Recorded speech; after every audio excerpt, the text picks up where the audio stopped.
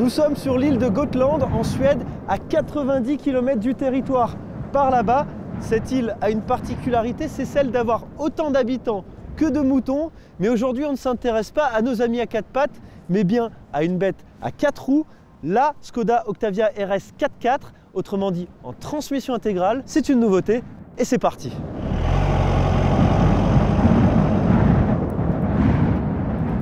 Sortie en 2013, la troisième génération de l'Octavia RS a séduit quelques 58 000 automobilistes dans le monde grâce à une recette simple, un coffre immense, une bonne dose de confort et un zeste de sportivité, le tout pour des tarifs alléchants.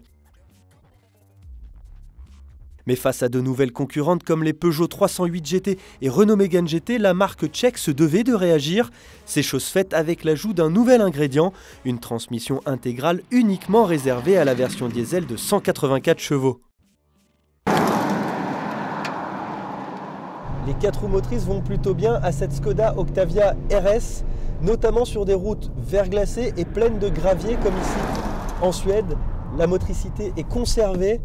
Elle est même optimale, ce qui rend la voiture plus sûre, plus sécurisante à conduire.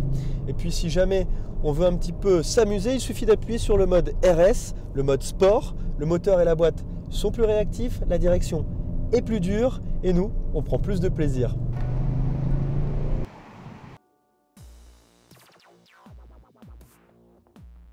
Un mode RS sur un diesel, les puristes crieront au scandale.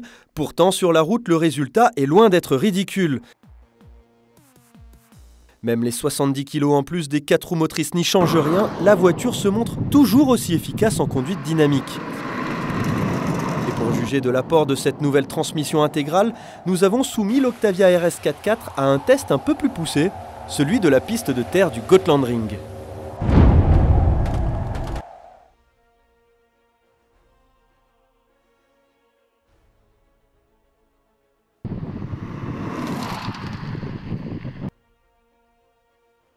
L'Octavia RS bénéficie de la dernière génération de la transmission intégrale du groupe Volkswagen.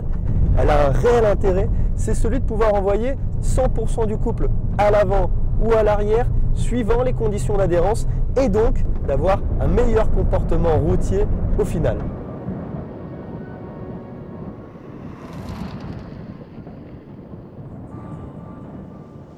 En se transformant en 4 roues motrices, la Skoda Octavia RS ne se dénature pas. Pour 2 000 € de plus, elle rassurera les automobilistes sur les terrains les plus glissants, tout en conservant ses principaux atouts de confort, dynamisme et habitabilité. Il ne reste plus qu'à espérer la transmission intégrale sur les versions essence de 220 et 230 chevaux pour finir de convaincre les plus sceptiques.